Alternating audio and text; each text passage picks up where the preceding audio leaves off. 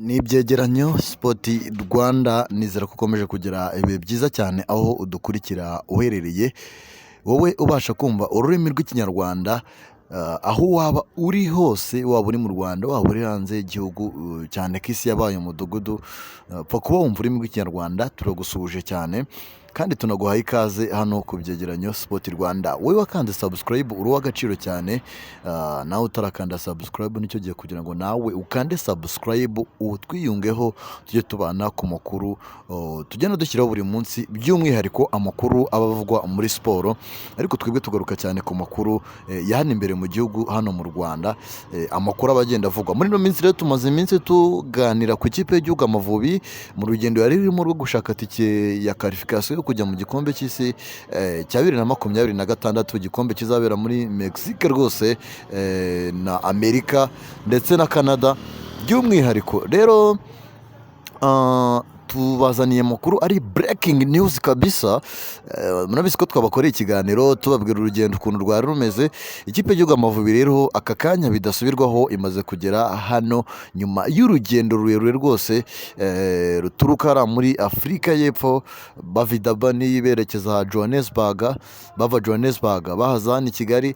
Rero bikaba baturutse ara Johannesburg ku isaha y'isa 10:40, bakaba bageze hano ku isaha y'isa 3 zirenga iminota mike hano i Kigali rwose. Hano i Kanombe rero twari turi tuhasanze abafana benshi cyane, sinzi ry'abafana bari bambaye amajezi y'ikipe y'igihugu baje kwakira rwose bano basore, nyuma yo gukora akazi katoroshye cyane, nyuma yo kurara babahaye ibyishimo. Rero bari baje hariya rwose baje kwakira aba basore i Kanombe, wabonaga ari benshi cyane barimo bacinya akadiho, barimo baririmba, ndetse sabo gusa baba bari kumwe n'umuyobozi wa Ferwafa ariwe Munyentwari Alphonse, nawe yari ahari rwose yaje kwakira aba basore, yaje kubatera iteka rwose muri rusange. Ibintu rero ukuntu bise bigenda, murabizi ko twababwiye ko abanyamahanga bamwe bahise berekeza amakipe bakinamo ngo ujya gutangira pre-season izatangira kuwa mbere. Menshi amakipe yaje azatangira pre-season ku munsi wo kuwa mbere. Hari abandi rero batajyanye batahise bagenda, harimo mbonyemo nka Georgia Kwizera kabisa, we ikipe akinamo yaje kumuhereza uruhushya batakumbuye hano, ntabwo yaherukaga, azana n'abandi rwose nawe yari ari mu bandi, ndetse ba Samuel Grete, ba Dylan Miles nawe yarahari.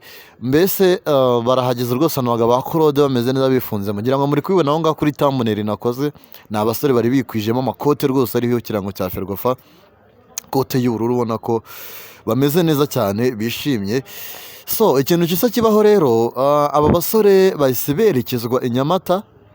Murabizi n'ubundi bajya kugenda bakaba bari n'ubundi barakoreraga umwiherero hariya mu karere ka Bugesera kuri La Paris rwose.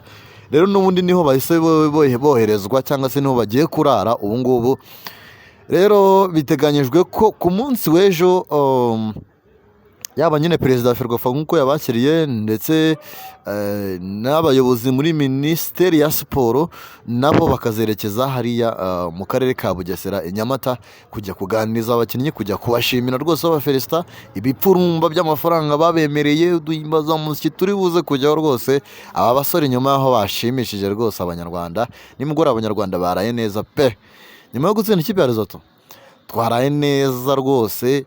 None tuniciye ku mwanya wa mbere, tubona ko byose bishoboka kujya mu gikombe cy'isi. Ni ibintu byiza cyane rwose. Ibi byose rero twanashimira Jarike mu by'ukuri, hatubereye rwose, akagenda duhereza amakuru update rwose mu gipe y'igihugu, natwe tukazikoresha rwose, tukabahereza amakuru agezweho kandi ku gihe aba ari kuvugwa mu ikipe y'igihugu. Ubwo rero Amavubi aragiye, ubwo barahura. Georgia Kwizera ubwo sinzi wenda ikiruhuko bamuhaye ukuntu kingana, ngira ngo arabanza atembereho ku Rwanda, abanza ruvimvire rwose, atembere ibikorwa remezo bigiye bitandukanye.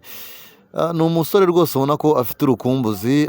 Hari n'andi makuru naje kuba nsingira, ati umukinnyi nigeze kubakoreraho mbabwira ngo nawe araza mu ikipe y'igihugu, kugira ngo Georgia Kwizera aze mu ikipe y'igihugu yaraganijwe n'umushesheri bakunda kwita Umulisa Eric, ni nawe ukunda gushakira abakinnyi rwose, ushaka abakinnyi bafite inkomoko mu Rwanda kugira ngo baze gukina. rero ni George Kwizera banamubaza yavuze ko ari we azi rwose mu Rwanda. Ni umusore ukomeje gukora akazi. Hari n'amakuru yaje kuba ajya hanze avuga ko undi mukinnyi nawe afite mama w'umunyarwanda afite na papa we w'umukongomani cyo kimwe na George Kwizera icyo batandukanye ntabwo batandukanye cyane, umwe nuko papa wari umukongomani undi mama we akaba ari umukongomani papa akaba ari umunyarwanda, ariko by'ukuri bose bafite amaraso y'u Rwanda. Rero nyuma yaho rwose Fanweri abonye ukuntu George Kwizera yakiriwe na performance mu ikipe y'igihugu, nawe yakamejeje rwose aravuga ati ubundi busanzwe banakina mu cyiciro kimwe, icyiciro cya kabiri hariya muri Leta Zunze Ubumwe za Amerika. Ni n'inshuti cyane buriya na George Kwizera. Rero ngo abari kuhitaramo Buraga mbwa ati kuki rwose wakoze procedure zo kuza gukinira u Rwanda, ubundi ntumbwire njye ngafite inyota yo kuza gukinira ikipe y'igihugu y'u Rwanda. So rero nawe ngo amahirwe menshi nuko game zikurikira nawe imikino izaba mu mikino izakurikira nawe azaba arimo. Rero Fanweri Kavita tumubonye nawe yaba ari inyongera nziza cyane, kuko yazara muri defense, umusore w'ibigango rwose ubona ko yafasha cyane ari akazajya babyiga baza nka defense iburiyemo rwatubyaye na Kavita nakurahiye. Inkuta ebyiri ziparitsemo ari hagati, ariko abasore b'Amavubi rwose aba defenseri ngira ngo kumva ino nkuru ni kwisubiraho ko abasore nka Manzi Thierry na Mutsinzi Ange ubona ko bakoze utudesha muri izi match ebyiri. So rero ubwo tumubonye byaba ari sawa. Hari n'andi mukuru nabonye ko Noam cyangwa se Noam Emeran ufite mama w'umunyarwanda nta gihindutse rwose, nawe ngo ibiganiro bigeze kure cyane, ngashobora kuza gukina rwose, ashobora kuzamubona muri match zizakurikira, match ziri imbere z'Amavubi. Uri kumva ko noneho muri iki gihe kigeze ku mwaka cyane ko tuzongera gukina 2025 kuba tuyoboye mpaka n'umwaka urangiye tuzongera dukine mu ndi mwaka twakira Nigeria na Lesotho kuri Stade Amahoro. Rero ubwo harimo navuga harimo igihe kirekire cyo kuba twashaka n'abandi bakinnyi bafite inkomoko ku Rwanda, nabo bakaba baza kwikinira. Reba George Kwizera nk'ubu yaba twaramwirengagije kataje akadukorera uruhare rwe rukagaragara. Tubonye abandi rero nka George Kwizera, Amavubi ntakabuza yakomera kuruka kugenda twirukanyira babandi badafite n'inkomoko namba mu Rwanda, bashobora no kuba baduteza ibibazo byo kuba twanaterwa forufe n'ibindi bibazo byo guhanwa na FIFA. So kandi dufite abanyarwanda benshi cyane bakomoka ahangaha bagiye banyanyagiye hirya no hino ku isi cyangwa se bakina mu mashampiyona agiye atandukanye, ahubwo ikibura ari ugukurikirana kugira ngo bakumbeke abo banyarwanda bemere kuza gukinira u Rwanda. So ni task kuri Ferwafa, rero ni task kuri Ferwafa.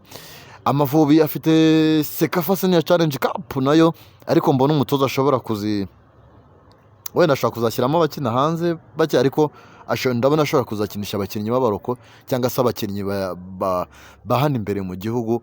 Mu by'ukuri ni umutoza umeze neza. Match 6 akaba amaze gutsindamo match 2, atsindwamo 1, anganya 2.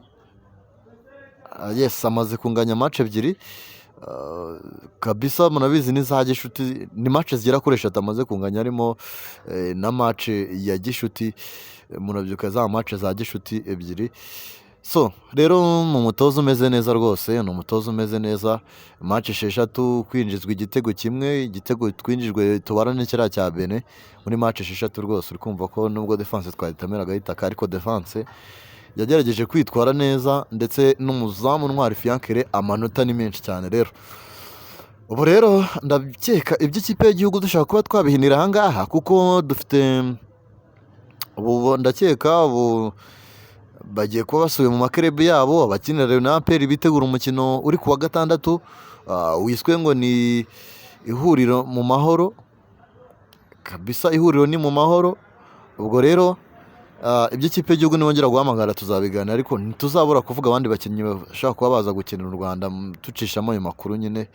Ubwo indabyo zose ziracyari ku mutoza, credit kuri we rwose akomeje kwemeza abaje batamwemera muri rusange.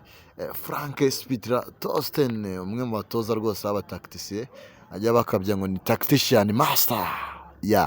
Shaka bisa rwose. Ubwo jya muri commentaire utanga igitekerezo cyawe, ushyiremo udutima twikomereze, teramo udutima rwose muri komanteri, tutwereka ko turi kumwe muri rusange. Turaje mu kanya n'ibindi biganiro bya siporo, wowe ntujye kure, kanda subscribe na sharinge ibiganiro byose tukugezaho. Bye bye.